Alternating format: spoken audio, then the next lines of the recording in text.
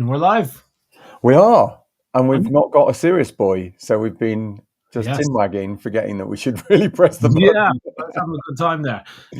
I'm noticing for people on podcasts, there's a lot of black on my screen. I'm like a floating head. I've got a black background. I've got a black hoodie. For those that are on the podcast, it says Raw on the front. Very cool, I thought. Raw. I got the idea from... Show us, come on, open your hands. Just Why? There you go. So I'm a real person. Ooh, like I'm haunted. I just couldn't see the thing. Oh, sorry. Oh, God, It's a bit wrong to say, show us your chest. Yeah. But actually, it's Halloween, actually. It's as close to Halloween. Or Guy Fawkes for the British. And nobody even knows what Guy Fawkes is. Just go with Halloween like everybody else. Do you celebrate the 31st of October over in... yeah, because you'd think in this day and age that we were told not to celebrate terrorists. But hey, oh, yes. Yeah, true. Yeah. And here you are, of all terrorists, the one that actually blew up the parliament. Or didn't? It didn't work. Or what happened with Guy Fawkes? No, they found him out, didn't they? They did. Okay, yeah. Found him out. And so, do you get a lot of fireworks on the 31st of October, as we do here, or which is a real pagan thing on the 31st of October, or do you wait for Guy Fawkes before all the fireworks go off? When do the dogs? So we start with July the 4th. And then for some reason, even over here, they celebrate something around July the 14th. I'm not going to go into that. That's very controversial. And then we keep going. Let's pretend it's Bastille Day or something. And then, oh no, it's July 12th, then the 14th. And then they go into Diwali. We've got the light festivals. People start letting off fireworks for that. In Yorkshire? Yeah. And then you've got, people think, well, I can start buying the fireworks, so surely that means I can start letting them off. Yeah. So that's from the beginning of September, and that carries on pretty much through bonfire night in the major cities around the UK. So bonfire night is after Halloween. That's the 5th of November. Okay. And that's to celebrate somebody trying to blow up the Houses of Parliament. And then if we're lucky, they will finish probably the week after bonfire night. But generally, they carry on right through until we then seem to bring them all out again for New Year's Eve. Just because, we're not that impressed, obviously, with the major councils around the UK celebrating New Year's Eve and doing their own displays. We decide that everybody should let some off in their back garden. And so it's the only legal purchase of high explosives that I know of in the UK. But hey, call me a party pooper. My fear is for all of those poor animals. And I have just done some videos for the practice, actually just saying to guys, please think, I know that you want to act now because you're starting to experience the stress of your pets now. And yes, there are some medications in an emergency that you can see your vet about. Can't go through those online. It's prescription meds. They don't like me going online about those. There are supplements which can increase the serotonin levels in the gut, and through calming the vagal nerve, calm the brain, calm your animal. There's lots of great behavioral stuff about obviously putting the curtains up, the blinds, but putting bright lights like we've got here in my little studio at home, but yet create a dark space for them to retreat to inside of that, with more sort of cushions and things like that around, so that you've not got echoing. And then to put on, there's some great channels on YouTube now to entertain your pets with bird song and forest noises, and you can turn them right up. I was going to ask about that. We have a lot of people listening now on Facebook, YouTube, wherever you get your podcast. Actually, no, because we want the live answers. If there's any trainers listening to this at the moment, for years we always mentioned on YouTube, there's noises we can put on, the stereos you can turn up to distract them.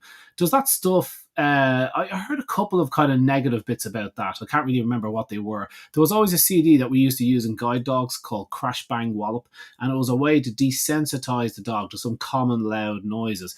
And the one that always comes up would be at Halloween time, which I used to post about. I thought at Halloween time there was the noise of fireworks, and you've got, let's say, 10 levels in your stereo, and at level 1, then you feed them their dinner, level 1, feeding their dinner, level 1, feeding their dinner 4 or 5 times, then level 2, feeding their dinner. And the noise of fireworks going off is the sound of dinner time, like a whistle to dinner. And so it shifts them from a negative association with the noise of fireworks to a positive association. Now, if your dog's an absolute basket case around fireworks, seek professional help. Don't be just listening to our advice and going sticking a plaster on it. But for the average dog, I thought this would be a good way to desensitize them. It is certainly what I was taught in guide dogs. It's what I parroted out then to the guide dog owners when I was doing my bits, and it seemed to work. We had these bulletproof dogs, but we had these dogs doing that stuff from the time they were 3 weeks old until they were 5 months old. So that imprinting period is just, they're drum tight. They've seen trains 10 times. They've been on buses. They don't care.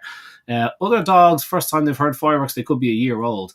And that imprinting period slams closed at 5-6 months old. So if the first time you hear a shotgun, depends on the breed, of course. I suppose, one of the reasons why guide dogs use Labradors is that imprinting period is pushed on compared to some of the little terriers, which can be like 4 or 5 months. And they're pretty much set in their ways. However, I think that is a bit of an excuse.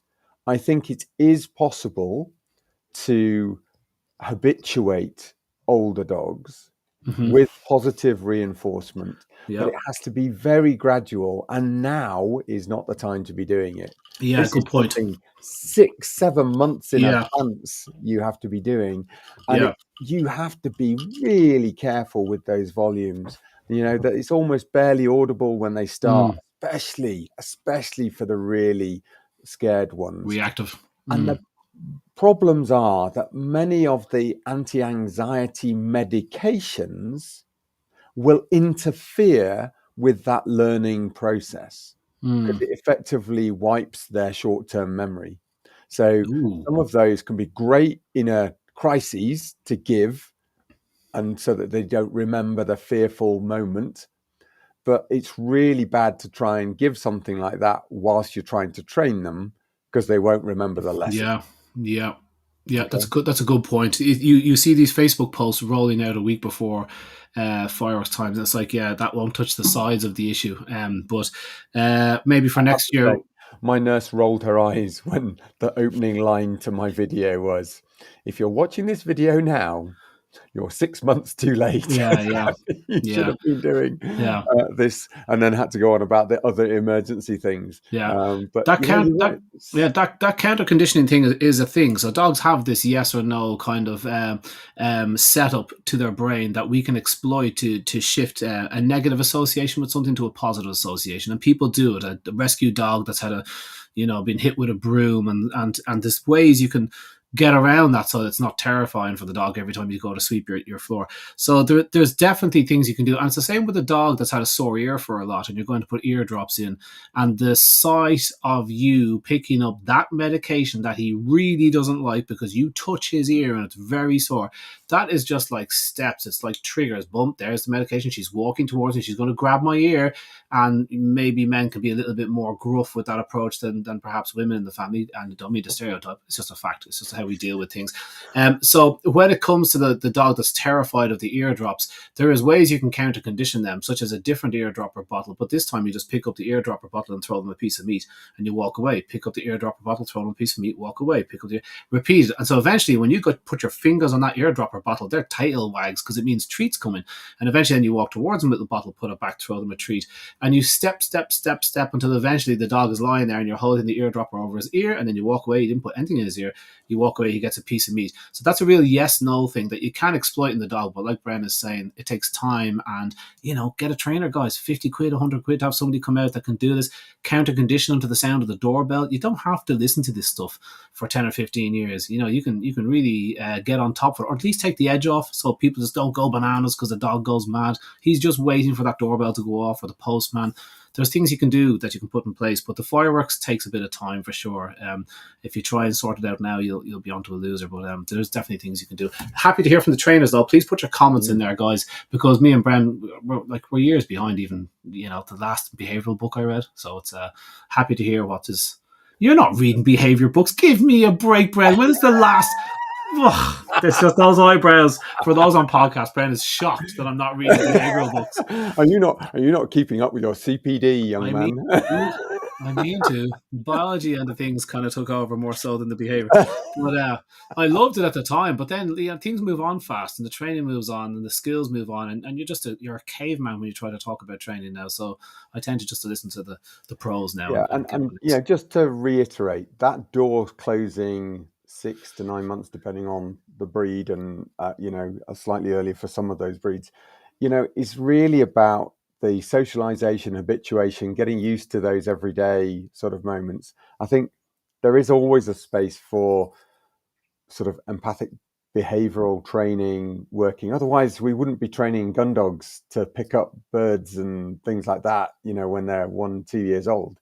You'd just give up. You'd say, no, sorry, they're set in their ways now. Yeah. They're not going to do anything Yeah. different. No, definitely There would be not that. there would be no further training for those Yeah. guide dogs, beyond. So trainability is possible to overcome some of those, but absolutely the maximum benefits you can give for habituation and socialization are in those early months. Definitely, yeah. Which is the whole question and issue with vaccinations, because the idea of wrapping your pup up in cotton wool and keeping him in for the first 16 weeks of his life until he's had 45,000 vaccinations is like, okay, hang on. There's an imprinting period there where the pup needs to experience stuff, and that could close at 20 weeks. You don't want to be coming out at 16 weeks. You've missed some crucial socialization time. So anyway, this is a whole other kind of question, really, which will. Yeah, because you did have that question. You raised that just before we came live. You were talking about coughs and colds and winter. Yes, indeed. Wrapping up, and we'll talk about that. I just had a client who had a cough, and I kind of feel everyone calls it kennel cough. And as the last time we did this, we did a kennel cough segment about 2 or 3 years ago. One of you, yourself or Nick, were highlighting that there's many different types of cough, and you can pinpoint kennel cough by some simple checks. You can tell us about that, but there's many types of cough that aren't as any more scary than they are on us. We all get coughs. I've just had a cough for the last week. No drama. I didn't have to take an extra hour in bed. But there is some things we can do for dogs, I'm assuming. Naturally, if they get a cough, what would you do, Brent, if a dog comes in with a cough? Okay, so to answer the mix of questions there, yes, we did do a video on kennel cough. There is about 20 things that can commonly cause a cough in dogs, okay, including coronavirus. However, we're not even going to go there. For the main ones that we look at are parainfluenza and bordetella. So that's effectively the whooping cough in children's, equivalent in dogs, okay? And there is a vaccine for those. There is a non-adjuvanted, given up the nose option, which is probably the most natural way to give a vaccine. What's adjuvanted mean for the folk? So adjuvanted is where they put in something that will irritate the immune system. He's got a cough. Oh, it's typical, isn't it? I told you I had a cough before we started doing this. I have to cough. So with that, you will find that adjuvants are there to irritate the immune system, to activate the immune system against what's ever within that vaccine. Now, there is a non-adjuvanted form, and the way that it works is to use a bacterium from another species that cannot perpetuate into disease within the target species. So as in the dog in this case, they use a pig version of the bacterium. So it's fairly host specific, generally doesn't cause severe symptoms, certainly shouldn't progress into months and months of a cough.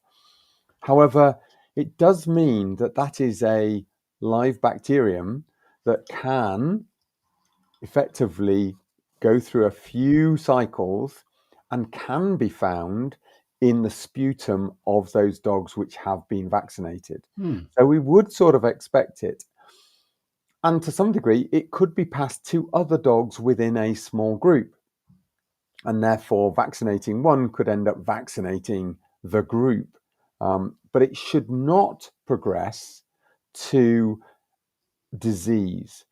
If you have the kennel cough bacterium developing into a disease, quite often it's because those animals have actually had that bacterium on board. You've then vaccinated them in a sick state. Just visiting the vets for that vaccine, being held to have an intranasal anything given, could mean that they suddenly start to have those bacterium shed. And if you've got the dog bacterium shedding, 9 times out of 10, that's because they already had that bacterium within their system. Okay. Yeah. But yeah, still would say, yeah, vaccine bacterium can be found. That would be expected. That's not abnormal. That's how it gets enough power to stimulate the immune system to effectively activate it against the target bacterium that we don't want them to get. Yeah. Right. Now, that is one thing. So they could still get a cough. There's 19 other things that could cause them to cough.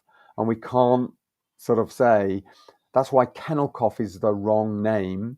It should be effectively Bordetella bronchoseptica in dogs. Okay, that's the reported disease that will cause a horrible whooping cough, sometimes up to 6 months, can be really severe with horrible facial mucus purulent discharges. What's that gag? The gag reflex, the test for that to discriminate between that Well, and a now, normal any cough.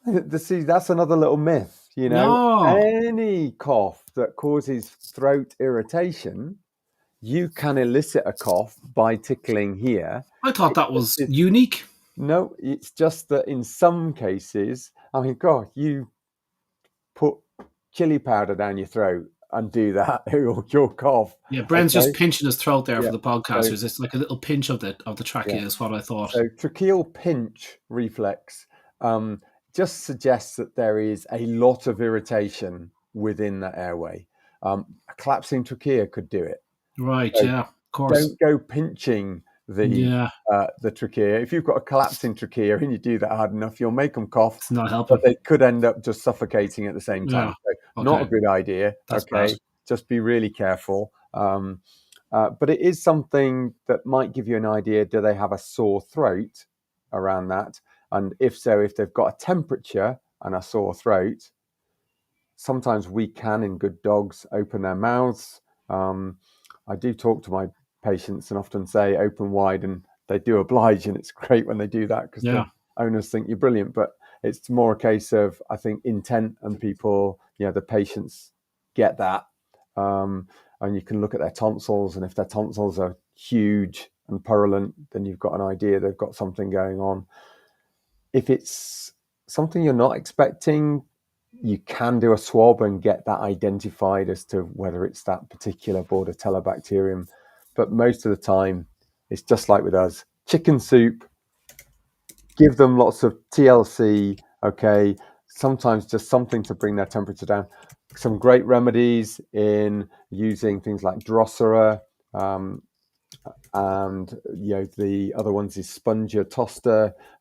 So those two remedies are often used for coughs, serious coughs. Okay, cool. Give us those and patch on. Will you write down what how they're normally given? There's a study. I remember reading a study on natural solutions for kennel cough, and one came through. I can't remember what it was.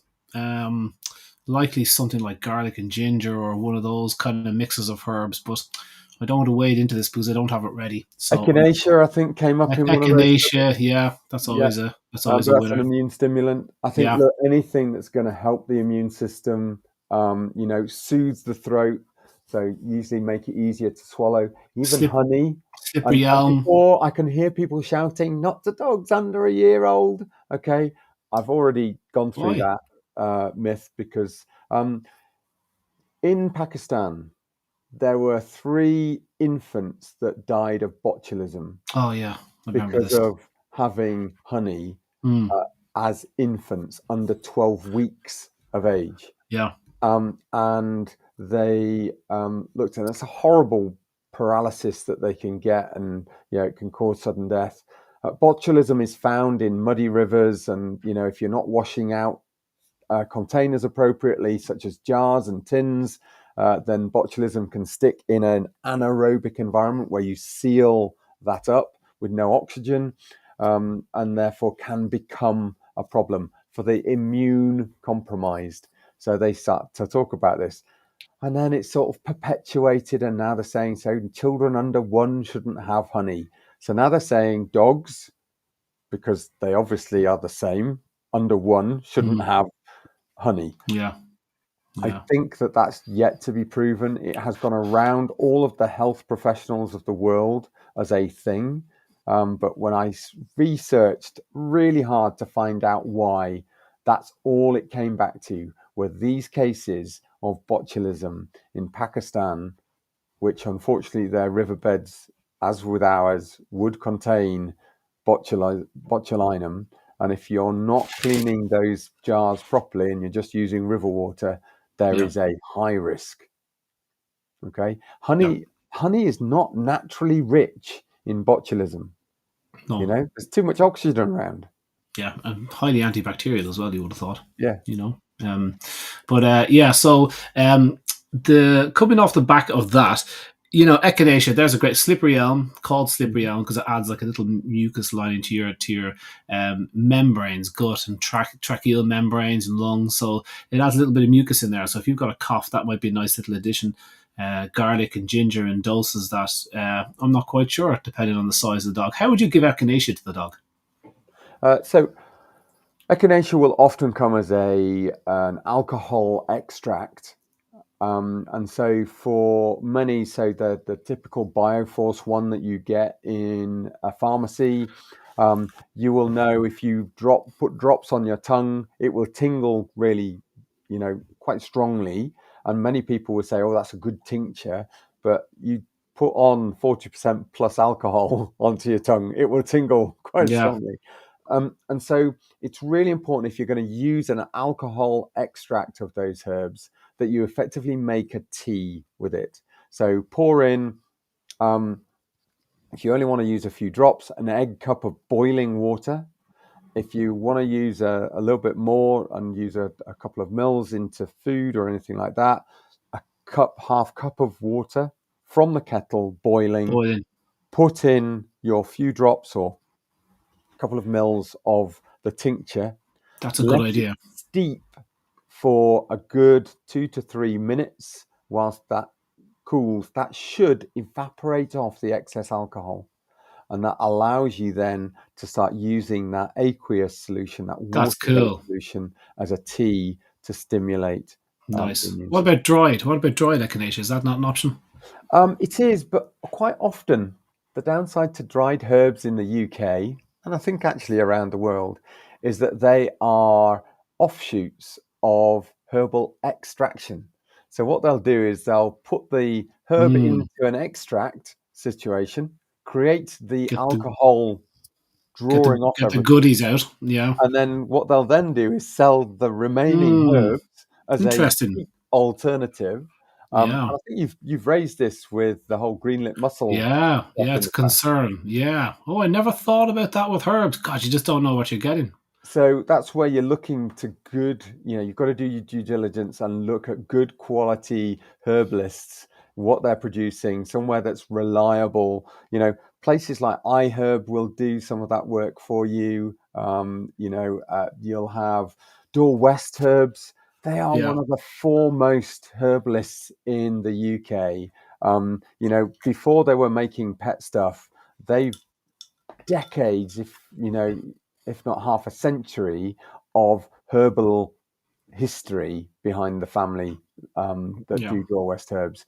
They are the people that know about how you grow them, when you crop them, the biodynamics of all of that, plus then how you create those herbal extracts. So if there's one common herbal company that I would say they've done their work and they know their herbs, that's Door West Herbs. That's a good vet for them. I'm not sponsored by them. We should be. Send us some money, Door West, and we will leave this in the podcast. But I would say, I'm sure there are other companies out there that can create really good herbs, but people have to really work hard to find that out.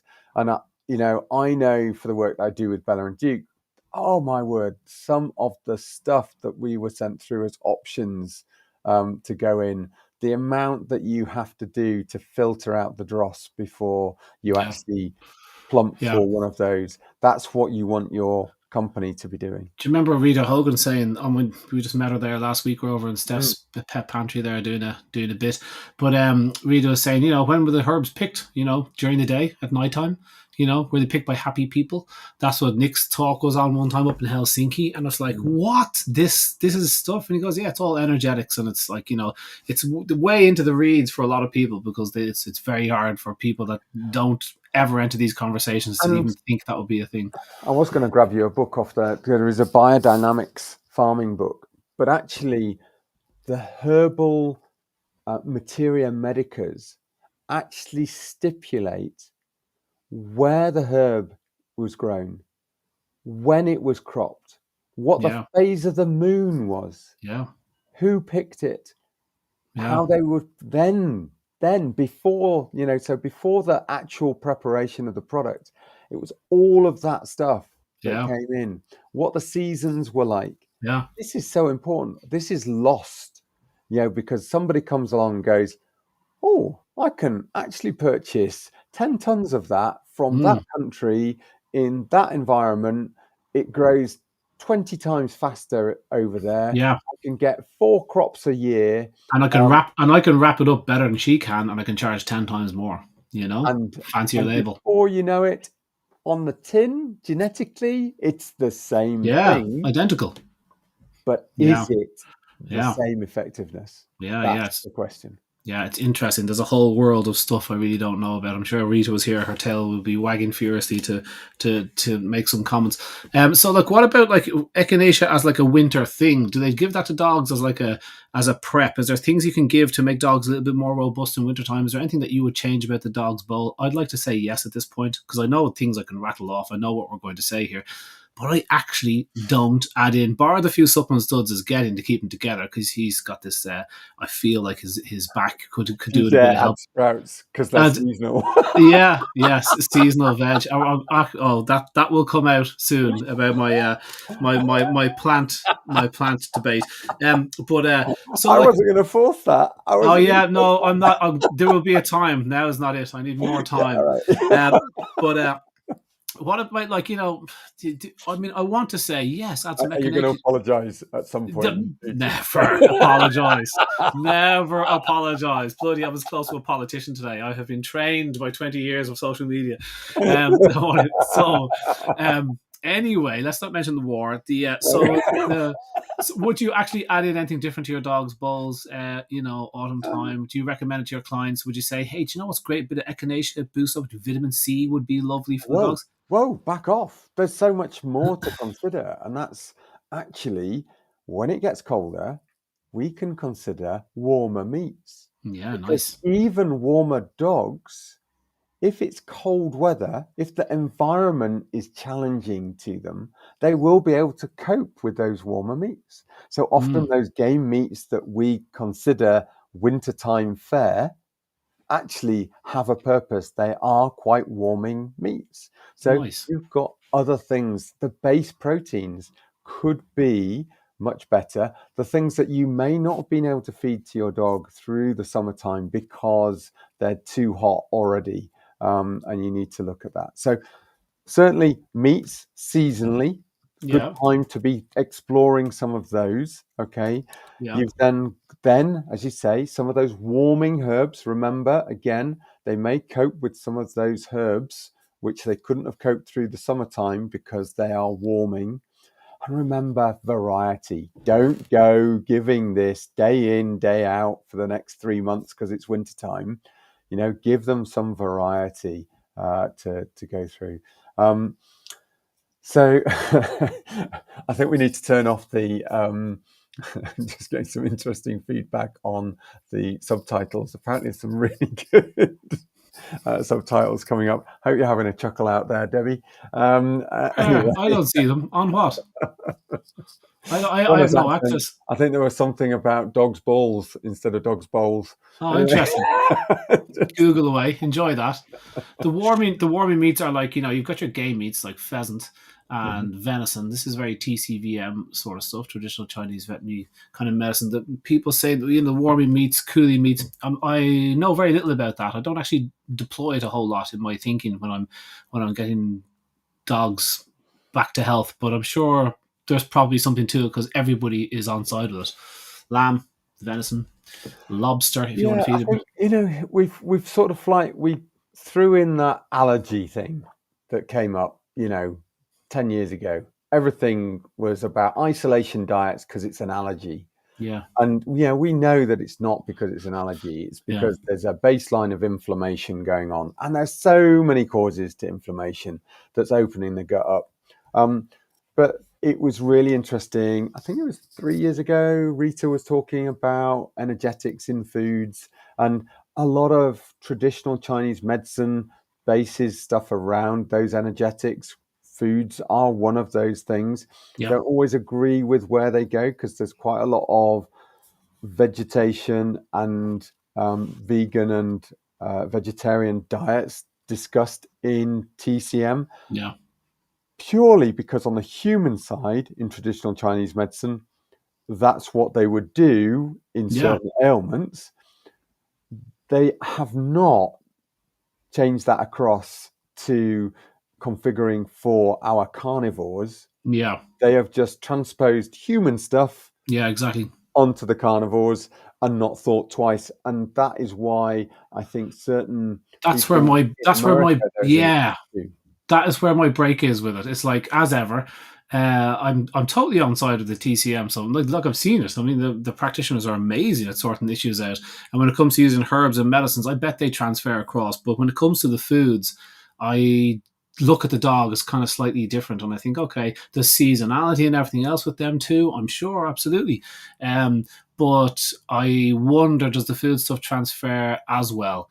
But people that practice that stuff probably says it does, but I don't know enough to I'm always kind of wary. As with any new thing, I'm always like, oh, does that really apply to the dog? Probably does, but I don't know enough. I love seasonality, but would I limit my dog's appetite or need for some of the mushroom supplements in certain disease states to just autumn? Yeah, exactly. No way. Why would I? It's not appropriate. So I would say, look, just think about, there's certain seasonal things that you can change. I think there's some great things to consider: fermenting some of those foods, storing things whilst they are in abundance, creating a bit more of a length of season through those natural things, because the postbiotics from some of those can be brilliant as useful additions. I know Conor hates me talking about fermented foods. I do not. I'm now in the middle. I'm sure everybody would be delighted to hear. I'm pretty much the only person that's not on that side. But I'm facing that way, guys. It's all very, very interesting. So there's little bits that you can consider. Remember, in order to crop pumpkins, they kill the plants often with things like glyphosate. What? So unless you've got organic, how do you think they let those pumpkins stay on the patch as an obvious orange pumpkin, and all of the vegetation has died off in one go? I've never thought about it before.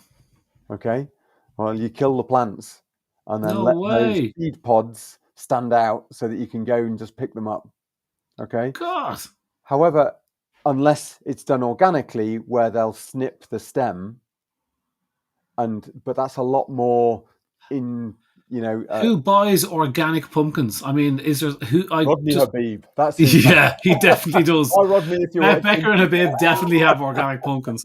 Rita Hogan, maybe. Ask about pumpkin powder actually at the evening, earlier this evening. Is it an okay thing to add to your dog's diet? I don't mind a bit of pumpkin. I use it for good issues sometimes at the start. Yeah, absolutely. A little bit. Hate to lean on it for too long, but sure, who cares? I mean, a little bit of pumpkin. A lot of the Polish shops have tins of pumpkin. I find that very easy. But I mean, anybody can cook up a bit of pumpkin. Sweet potato and pumpkin, they are great. The fibre in there does work, as much as I slagged off that plant fibre in my talk, for those gut sick dogs to shore up diarrhea. For that first day or two, there is a use for that for sure. I've got two more questions. I really want to get to one of them before we because we've only got 10 minutes left. You know what? We are cracking through questions a lot quicker than we normally do. Thompson is shit. That's the problem. And now we know. Now everybody knows. So look, if you're watching, he definitely isn't. There's two questions. I don't know which way to go. I got a crack over question. Maybe we'll do this in Patreon. How do you change your vet's mind? How do you let your mind be changed? And I thought that's a gem. And then there's I wanted to chat about the CMA thing, this thing that's come up, and I don't know which one to do on Patreon. Which one should we do here? What do you want to do? The change your mind bit. Changing your mind. I think change your mind's really a gem. Yeah. How do you change your vet's mind? How do you let your mind be changed? That second one particularly, I think, is very good. I think the root of this sits in prejudice, sits in bias, and actually, I reflected on this probably 10, 15 years ago as to why was it that the approach to evidence-based medicine got so mixed up and misunderstood and abused by the profession. And that's because prejudice builds on certain premises. I think the strongest prejudice will be through your personal experience. If you've experienced something, so say you've taken a drug and you've had a bad reaction to it, definitely, that is going to be one of the things that you will shout about, saying, never touch that, ever, ever, ever. It's really, really bad. Okay, so that's number one. And it's going to be really hard if somebody's had that experience to change their mind. Okay, because they've had personal experience and they'll say that was so obvious to them. And that's the reverse, you could say, for homeopathy, where you've had a great experience with it. Changing that person's mind to saying it's going to be useless is there's no point in talking about that. And on the flip side of that point is that if you haven't had that experience, it's very hard for you as a person who suffered the issue or benefited from the issue, that the experience, it's very hard for you to put that experience in Bren's head if he's never had the experience. So to say something's great or not great based on your experience is very hard to communicate to someone who's never had that experience. Like explaining childbirth to a man, you just can't possibly get there. So that's a big one. And the next one is, the experience of those close to you. So a family member, a pet. Same thing really. Same thing really. You get, or they may have somebody you trust has said this is, so a professor in a university teaching you something that you have put your trust in has told you this is the way it is. That's another step. I thought you meant somebody in your immediate circle had an experience and you were there when it happened. Yeah, so I class that as that's level 2. That's the same thing. That is your experience. Yeah, it is. Okay, sorry. So I would say step 2 is when somebody you trust, you haven't seen it, but they have extolled to you that this is what happened, and this is why they always do what they do. Okay, and this is where things like neutering can become an issue because they've said to you, "Look, I've always done it. I've never seen any problems. Off we go." The next bit of experience is going to be then looking at the various ladders of the science. The sort of the trusted journals where there's been work done, evidence done. That's what people will look at and go, oh yeah, I'll draw from that. I'm going to invest that takes them investing time in researching for it. Okay. As in to look for that paper and to read it through and understand it totally. So they're investing time. So they will respect that and they'll, like we do quite often, draw from that and try and spread the news from those sort of journals. And then the sort of last one is the red tops, if you like. Now, unfortunately, these are the ones that often get the biggest hit because having a viewpoint from a journalist who will often either catastrophize something or they will create an argument out of it in order to get your innate brain to process it and be on board and fall on one side of the argument or the other, if they're a good journalist on their side of the argument, becomes the biggest draw because they're often the ones that are the easiest read and often put on everybody's counter. So you've got to understand a lot of those have a lot of bias in them already. I mean, I remember 3 or 4 years ago you saying that you stopped reading a certain paper because you started seeing a certain bias coming in to those. I'm not going to say the paper, and I'm not going to say All what of the them. subject was, All but of them. I can't read any you of them. suddenly start to see that. It's like Mm, certain news channels. You start yeah. to see evidence of a certain narrative Yeah. that comes in, and then every story tends to be tainted by that narrative, and you start to lose faith Yeah. if you have an inquiring mind Yeah. in that channel. It's a big So problem. I mean that's a great way of laying out the levels. That's for sure. And now AI is going to muddy that a lot more because to change my mind, I would have a look. I'd say, let's say, if I experience it myself, that's concrete for me. But if Bren or Nick said that something happened, I would definitely put a lot of weight on that and go, "Ooh, that's interesting," and I would far more accept that than I wouldn't accept it. I would fall in behind the person when they said that, depending on who told me.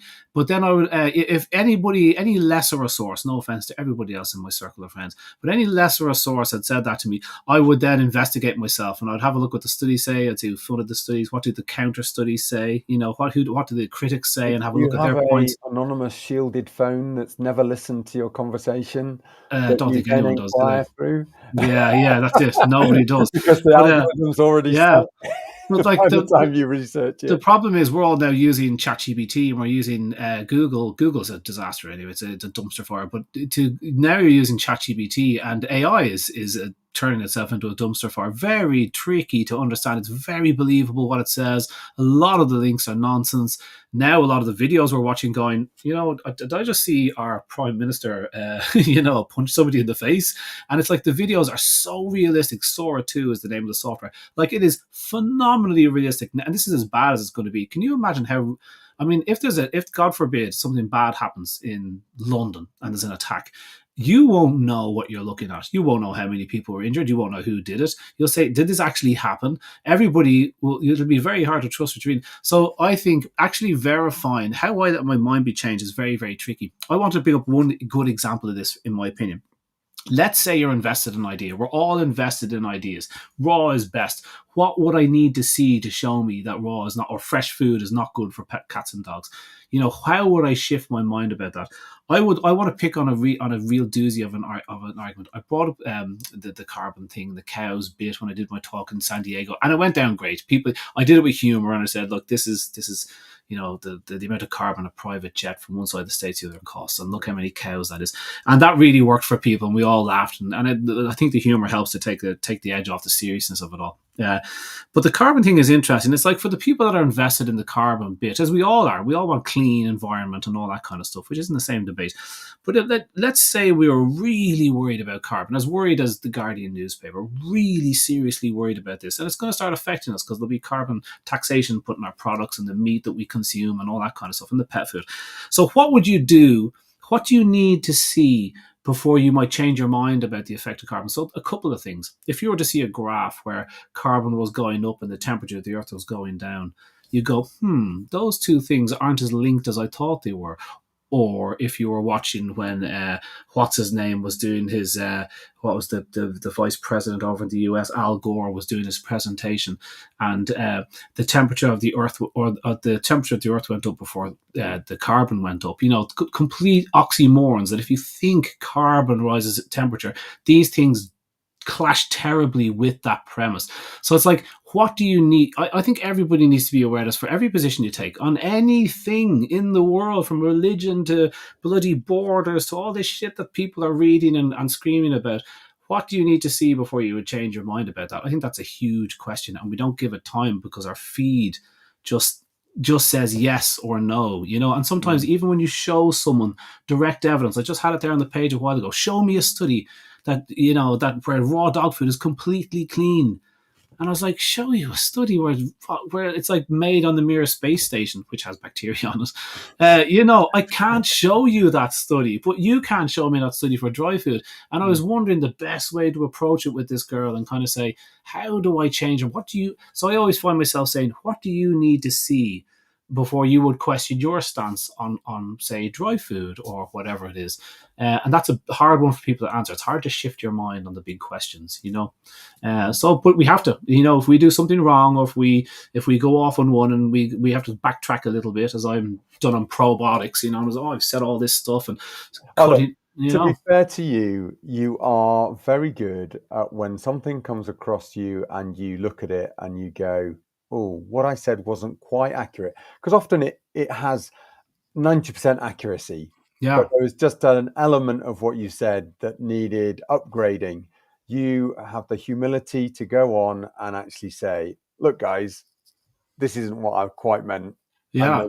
this is It's the evidence to it's say I shouldn't have said that bit. it's the advantage of So, being an honest broker. When we talk this stuff, it's great when you're not investing in it. You can turn around and say, I bet you're thinking about the plant fiber thing when you said that. I cannot wait to start thinking. I just know you are. I wasn't. I Thinking was. something I else. wasn't actually thinking I of that, know but you I know were. you have done that. You were. Oh, I'm gonna get you. I'm gonna lump you in. But yeah, no, I think it's a huge question, because it's like when you go and approach a vet and they are really dug in on an issue, you know, a lot of vets are on side now and it's great, you know, but when they're really dug in and you want to keep going to this because it's your local vets and you want to have them for all the other things, you just wish they wouldn't talk to you about nutrition anymore. You know, you just wish, because you know you're right. You hope, but it's very hard to get that message across. I know we bring this up a couple of times a year, but there is no easy way to approach someone whose whole job and their whole life is the kibble behind them, and you know, the stuff that they've been saying to every client. It's very hard to get that person to move. I You would know, say so. There's that cognitive dissonance. You know, cognitive dissonance. Yeah, the thing that they don't want to suggest that they've ever been wrong. Sure, I get that. Honestly, a lot of vets, it's not that they are ardent pro kibble people. It is that it's the easy conversation. There are a lot of vets out there, a lot of locum vets that I have seen, just because there's a bit of a vet shortage, and we're using some locums at the moment, and they're in and out. They literally want the patients in and out, in a nutshell. And what they have started to look for is the sticking plaster. They aren't yeah, looking for the solution. They are looking for what will just keep that patient ticking over, and it will be somebody else's problem. yeah. Right.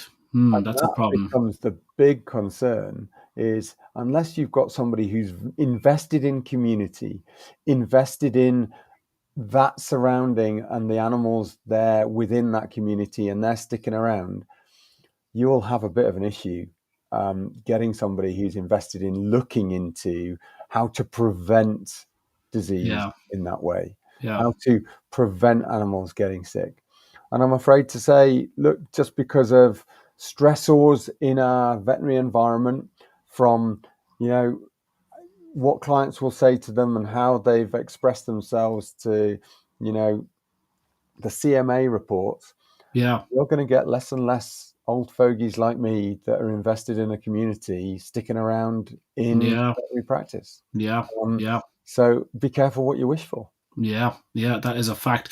And also, like, if you've got 10 minutes, 15 minutes, and the vet is getting bogged down in a conversation about dry dog food, it's going to make them antsy. It's going to, like, oh, not again. Like, you know, you're going to bounce off that conversation very, very quickly.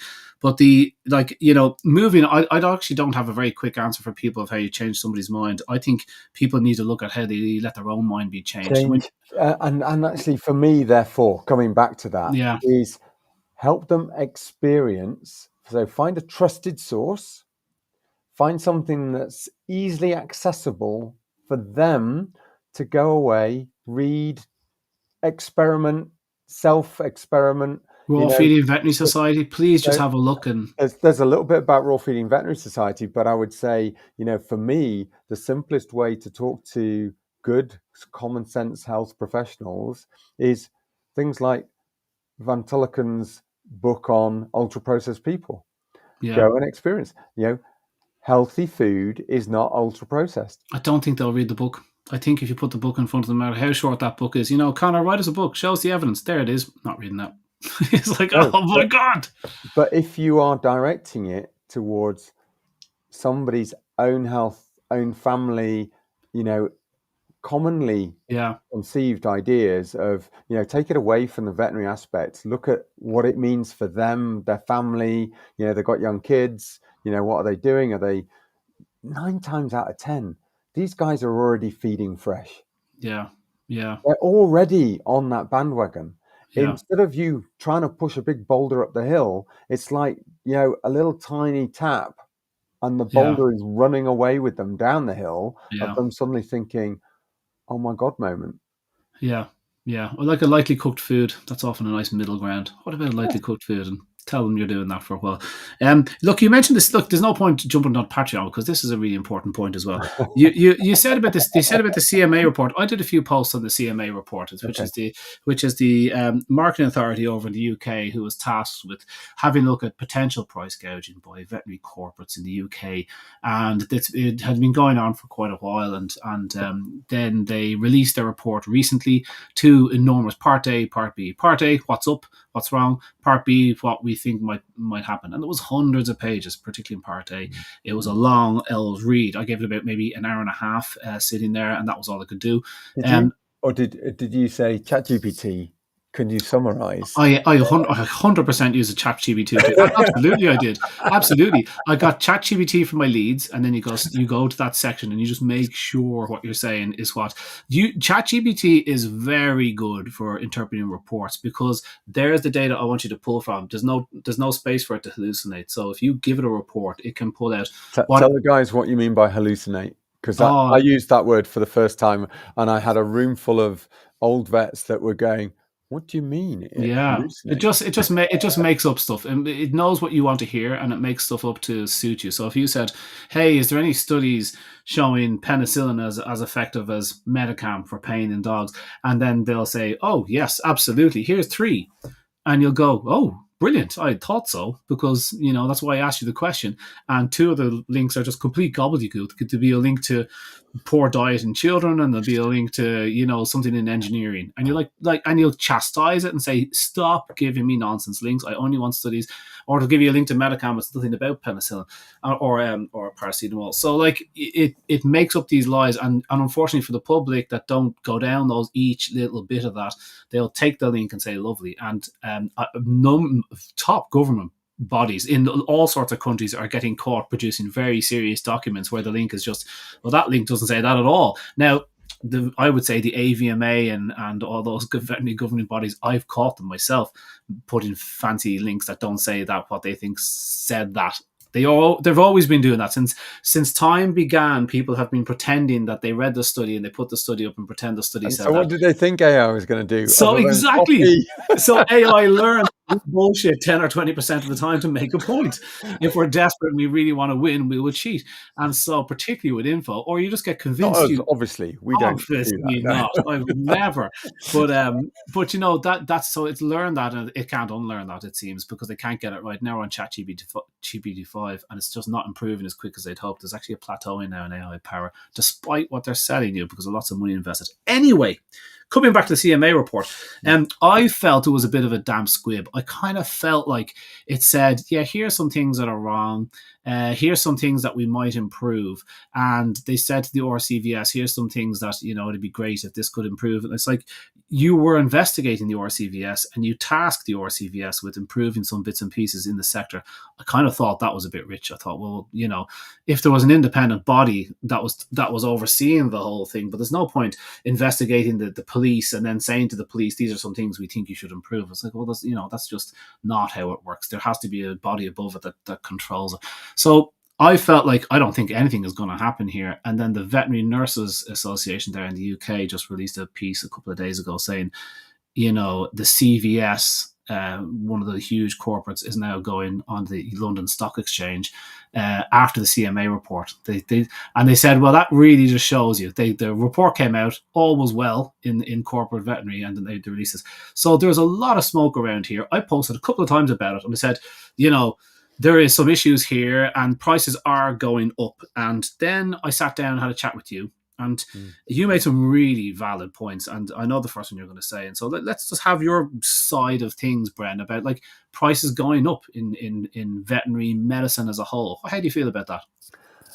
Look, I there's an interesting couple of things, and some of you guys out there may not be happy with me saying this, saying, well, I'm invested as a vet and I'm protecting a business. But I would say one thing I notice when I go down the grocery store is, pretty much 2 shops a week is costing me what used to be the whole shop for the whole week and probably a bit more, £110. Now it seems like every shop, even if you go twice a week, is Yeah, £110. I'm feeling that. It's like I think we've got to recognise since 2016, which is what the CMA report based price rise is on, 2016 to 2023, then there has been price increases, and there is a big thing across the world, but the UK did a huge investment within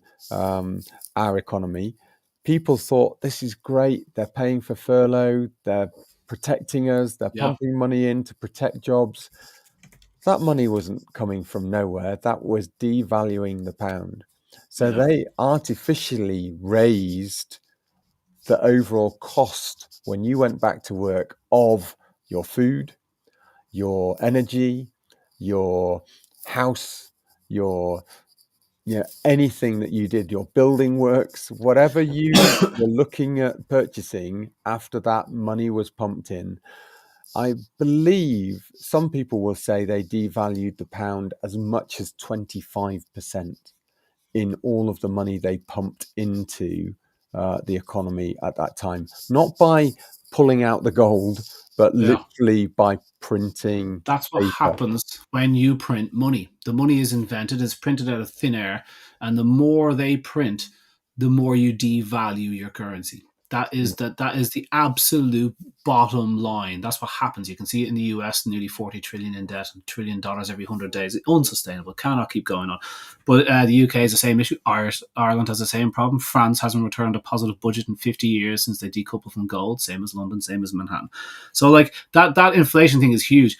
Energy prices have doubled in the UK Mm. since in the last 5 or 6 years. All this green energy, where they just invested 450 billion into green. So Where's all in the free percentage energy? terms, just for the guys out there, because they talked about 63% rise from 2016 to 2023 for veterinary fees. How much is doubling in percentage terms? I mean, are you asking me a question there? I'm Yes, looking at the I am. figures. Sorry, I missed the question because I'm looking at how If an much energy groceries price have gone up. doubles, what's the percentage terms that it's gone up by? 100%. There you go. Okay, so just to give you an idea, Yeah, 100%. yeah. So there's lots of other factors that come I in. never thought about that, but I have to give you your dues. When you said that to me, as soon as you said it, talk about changing your mind. I feel like I'm someone that can change your mind pretty quick. I feel like it. I feel like when I'm presented with some very obvious points, I feel like, ooh, that's a big point. Until you said that, I thought, yeah, things are going up in the big pet farmer world, and the cost of scans are going up very quickly, and the cost of visits and everything is going up. But it's not fair when it went up in the veterinary sector, in my opinion. I was on that wagon. And I look at the price of energy and food going up. I'm bitching and moaning about that all day, but I accept it. It's just like, oh well, that's very expensive. Yes, that's not fair. I understand why, because I did not agree with all the money they were spending. Obviously, it was my main thing that I got chastised for the last 5 years, and yet I didn't give. And if I look at what I do in my business, I never increase the price of my supplements at all. That's one. My business is just not making any money, and it's costing us serious heartache. But we should have been increasing that so I could keep up with my bloody food bills here and the cost of everything. So I'm feeling, and I never did it because I'm such a dumbass at business. And yet I thought it wasn't fair when the veterinary sector was doing it. So I have to say, hands up, because I totally was in there with that. I was thinking, oh, prices are going up a lot. It's like, well, they're going up everywhere. What do you think was going to happen?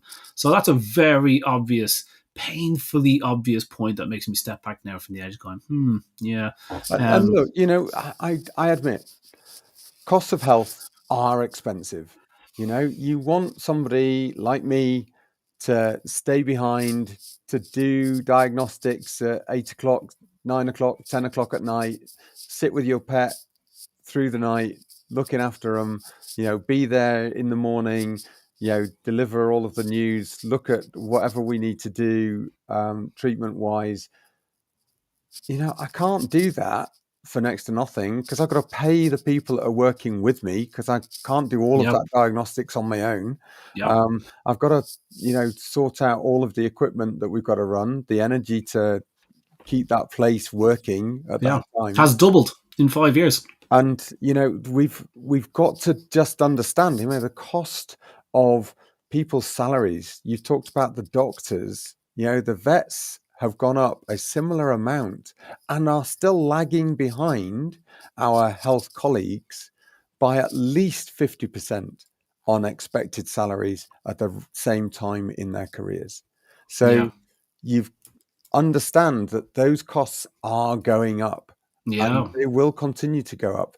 And it's all very well that there's some great pharmacies out there that can get your drugs and stockpile them and cut out the middleman, the wholesaler, and they can go direct to drug companies and effectively take that. But the majority of practices, including independents, so this didn't isolate, corporates, these are including independents, will be paying at least 20% more, before they even get it through their door and store it and stuff go out of date because they need it in an emergency and they're not going to use all of it. Before they get it through there, they're paying at least 20% more than any online pharmacy. Yeah. Okay. So there is all of that factor going in. But if you don't want to pay it through the drugs and you want to go through this, all that will end up happening is you'll pay more in service costs. Yeah. Because otherwise those veterinary practices will fold and you won't have a veterinary practice on That's what that nurses piece was saying, the veterinary nurses piece, which I'll post after this talk so people can see it. It was very short and sweet. And they said, so what they've done was, CVS, by the way, who the corporate vets, they're one of the group of 6 that were under investigation. They own the online pet pharma. They are the distributor for these drugs in, say, the UK. So they've not ownership, but all products pass through their hands. So they got those. That suddenly came up in the last 4, 5, 6 months. These online. So when you don't buy your drugs from the independent vet, you buy them online, you're buying them from CVS. So what CVS have done, in a way, is really pulled the rug out from underneath the independents, because what they've done is they'll say, yeah, you can buy the drugs off us. So now the independents don't even have a prescription to fulfill. So you're going to get the prescription off them. You're going to get your drugs 10% cheaper. That's all, 15% cheaper online, which is the corporates. You're giving to the same people that you're bitching and moaning about, and you just made sure the independent doesn't have it. People are still going to do that because shit is tight at the moment. There's not a lot of money going around. So if you've got a drug bill of €500 a month for a couple of Great Danes with cancer, yeah, I can see why you want to save 50 quid, guys. I'm not begrudging you that. I'm just saying this is what the veterinary nurse has said. That's a bit of a bitter pill to swallow. That where else are the independents going to get their money now? So what do? They'll up the costs of their services, because otherwise they'll close. And it's like, you really are damned if you do, damned if you don't here. It's way more complicated than I gave it thought. And even then, I see it day in, day out. People saying, oh, I hate corporate situations. I hate corporates. I'm not going to ever shop at a corporate. And yet I see those same people in the local supermarkets, because people don't realize I live in the community I serve. Yeah. And you can bitch all you like about corporates, but if you're shopping in Asda, you're shopping in Sainsbury's, you're shopping in Morrison's, you're shopping in a corporate environment. Happy to support them. Yeah. So make your choices. I know there are some great people out there, and I know each and every one of you that will support independent farmers. They'll go right to the doorstep and they'll do everything they can to purchase on those. Hats off to you. But I still know that some of you will call into the local garage, which is a convenience store, usually sponsored by a corporate, and you'll be buying the petrol and probably some extra goodies from that same corporate.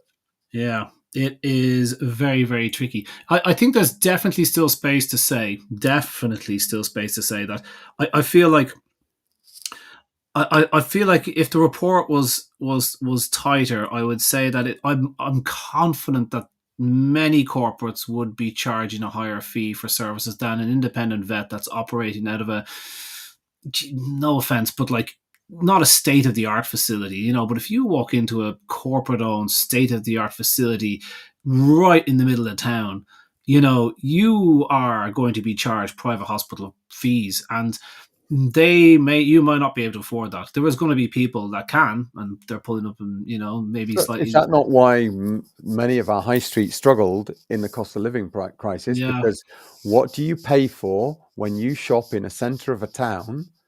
You don't just Mm, pay for the goods. They are yeah. more expensive in the centre of town. Yeah. I know there's some people out there that will go window shopping and then go and buy it online, Yeah. but you're paying when you purchase that in town for the higher rents that they're Yeah. paying, Yeah. the Yeah. staffing. They've got to pay more Yeah. for the staff to attract them in to work Yeah. in a central town Yeah. environment. They're going to have the displays, the marketing Yeah. guys do so much more. It's going to look and feel different in that Yeah. store to get you to Yeah. buy. So, you Like pay for that. It's I pay more for my healthcare. My dad was sick for a lot of his life, and so like I've learned a lot from that. And it's like, so I pay a lot for healthcare. Lane's got a great healthcare policy at work, and we get to piggyback on the back of that as a family. And so we have the maximum you could possibly get, which would be beyond most families on an average wage today probably. And I thank my lucky stars I have it, because I feel like when I go in, that I feel like, you know, the difference between a private hospital and a public hospital, there is some small differences, and you're just sitting in the reception and you're looking around going, oh, this is nice, they've got free apples, and it's like a newspaper, and it's warm, but like, you know, a Mars bar machine in the yeah, and corner. it's not like I'm faulting the people in either, and I bet the doctors are just as good. I'm not saying any of that. I'm just saying that, you know, if you had your choice, people will go when you can afford it. You'll go for this private healthcare, Hold on. and So can I I was just offered. ask, I had a knee operate. I just get a particular who knee runs that operation. healthcare environment that you go into? Yeah, what was that? Who runs that healthcare environment? Privates or corporates? Is it Bupa? Is it Yeah, no, like it'd be like, you know, VHI. It'd be what's VHI for us, but yeah, it's corporate. You know, it's a business model, and their business model is really high end shit. And if you can afford it, there you go, pay for it. And it's like, and you go, yeah, well, I can just about, and so I will. And it's really important, because haven't actually needed it, thank God. But it's actually, you pay it now, which is a cheaper rate, as opposed to having to sign on when you're 50 or 60 with them, and they'll kill you, because they don't want 50 and 60-year-olds. They want 30-year-olds. So I know it's an investment in long term, but not everyone can make that investment. So there's that as well. And it's like, I'm actually happier to pay that. And I know not everyone can afford it. And it's not for everybody. And that is unfair. I know it is. I wish it was probably Denmark or Sweden, whichever it is, where they just say, like, that is the cost. We will take all your money, but you will have phenomenal access to anything you need, you know, and then you pay 50 and you pay 50, tax. 60. Yeah, absolutely. You know, so there is that. So it's a much bigger conversation I was given it credit for. And it was painfully obvious when he said the cost of everything is going up. It's like, yeah, the cost of everything is going up. But yeah, it's And if very. you had this same conversation in the 1980s, and I remember seeing practice and having conversations with clients, it was, relatively speaking, just as expensive to visit a vet and have that high-end operation as it is this day. Yeah. Okay. Yeah. So it's, that's never going to change, because that is the true cost of healthcare. Yeah. I feel like the costs are running away from the average wage now. Our wages aren't going up, and the inflation is driving everything up. And they want us to blame everybody. They want us to blame everybody, you know, people coming into the country, and they want us to blame, you know, if it was the blue party or the red party or the green party or the yellow party or black or brown or man or woman. They want us to blame all that. But this is the cost of a runaway inflation as a result of printing a lot of cash. You just can't keep it. Do you know what's funny? I don't have a credit card. I've never had a credit card. I'm not allowed to have a credit card. It just won't work for me. It won't work for the business. Oh, so damn! I'm sure. Now I know that. I'm going to stop your credit card. You bloody knew I don't carry credit cards. But what I do have is I have debit cards. And so if I'm going away, the company debit card, I just load it up with cash. And then when it runs out, I go, oh, no money left. And I load it up again. It's not a big deal. But I always know that money is there. And so we are told not to live off too many credit cards. And we look at some, you can see in some countries maybe they're happier to live off credit cards than others. Over in Ireland, it's not a thing. We don't like living off credit cards, so it's less of a thing over here. It can be more elsewhere. Perhaps it's just a whole throwback to history, maybe. But we don't live off credit cards too easy, but other places do. We know it's a bad idea that when you have maxed out your credit card, you probably shouldn't go for another credit card to borrow money to pay off that credit card, and then you've 3 or 4 credit cards because you're living on 16-20% interest. It is a loser's game, and it's going to catch up on you. Isn't it crazy today that all our economies are based on that? It's just printing cash, and it's like, oh well, we can't afford to make for payments anymore. It's just like, yeah, so it's digital. In a digital age. Yeah. So even when you get like, I didn't realize I'm about to get another mortgage. I'm moving house. I'm going to need a little bit of money to move from A to B. And it's like, they said, yeah, well, like, the bank just zaps that money into your account. It's just, it has created another lump of cash that never existed and just put it into your bank account. And it doesn't even exist in your bank account. You just give it to the next person. But that came out of thin air, and that goes on to inflation. It's not like somebody worked and toiled and then that cash, we put another lump sum into the safe, guys, because Conor Brady's borrowed something. It's like, I never realized that adds to it. He goes, oh yeah, it's all just monopoly money. Bar of gold drops into England. Yeah, but my name on it, I can't touch for some reason. I don't think I'll ever touch gold for the rest of my life. Bar a couple of rings. But so anyway, the inflation thing is very, very relevant, and now it's really come into this conversation, which I've never given it credit for. And I think we should chop the end of this video off, Brennan. We should post it as a single video so people just have it and say, spare a thought for everybody. It doesn't matter who you're talking about. From the greengrocer to the energy man to the postman, our wages are stagnant and inflation is rocketing up. And so, I don't know what the solution is. I'm not here to every time we go for a price rise in our salary, what ends up happening? It fuels more inflation. Yeah. It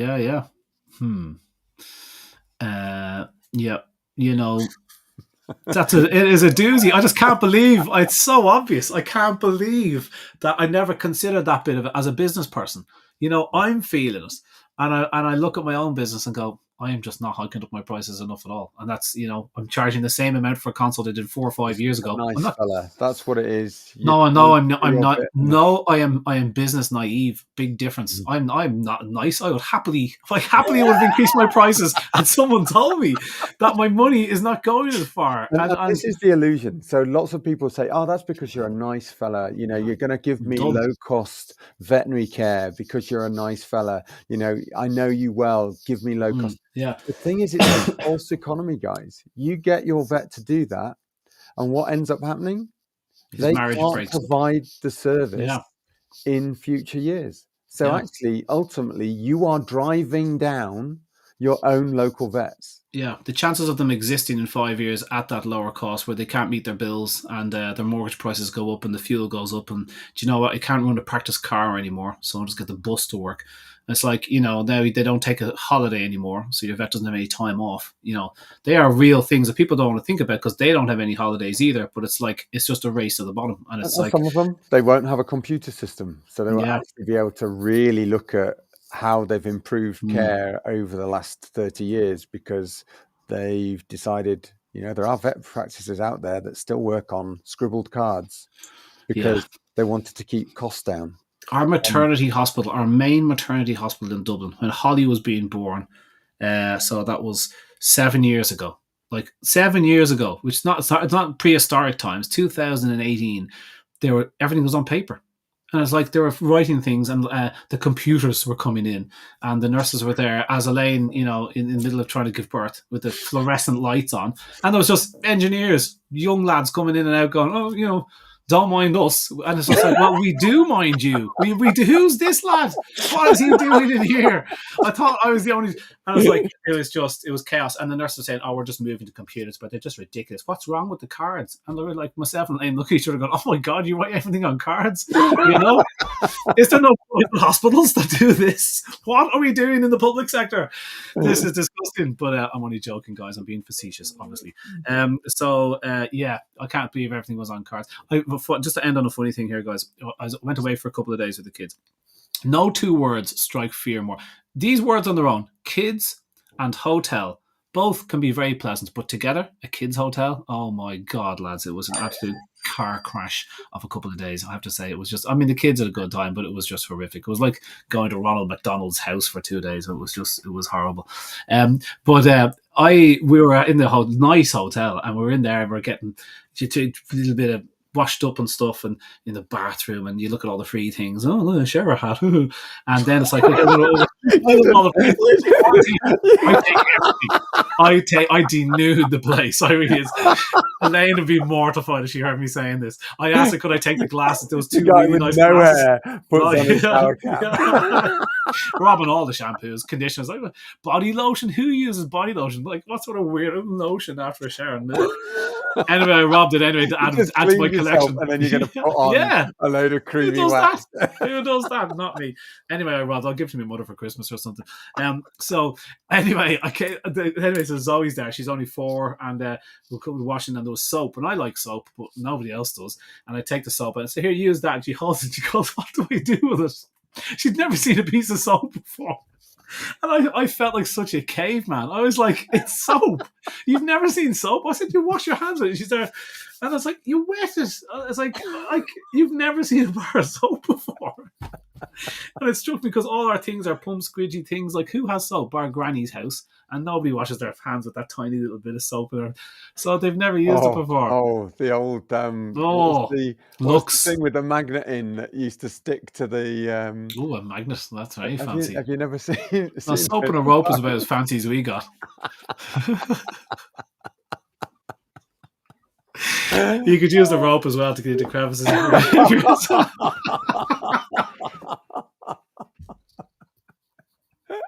Anyway, this should be done off air. This is why the last bit normally ends up on Patreon. Yes. I don't think anyone's listening. Has everyone gone at the soap? Yeah, they're starting to tail off now. We're down to the last 40 or so hardliners. Enthusiasts. Anyway, I'm going to crop off that bit about inflation because it's so bloody obvious. I'm going to stick it up on Facebook and see what they think. It's not going to suit everybody. It's a tough conversation to have, but spare a thought because everything's going up. But anyway, that's it for tonight, Bren. That was great. Thanks very much. Thanks, guys. Thanks for those guys that have persisted in watching us. And someone who's into birch tar soap. Lovely. Oh, yes. That tar soap is nice. I know exactly what she's talking. Is that the dark brown one, is it? Yeah. Yeah. Yeah. I like that one. Somebody's saying that is a rope burn happening, Conor. Oh, rope burn. Oh, Sonia. I'm not going to live that one down. Bloody hell. Anyway, I was only joking. Bad mental picture to finish on. Right, guys, we better toddle on. And we better head. Okay, right. Take care, everyone. Bye-bye. Cheers, everyone. Take it easy, Brent. Talk to you soon. Bye-bye.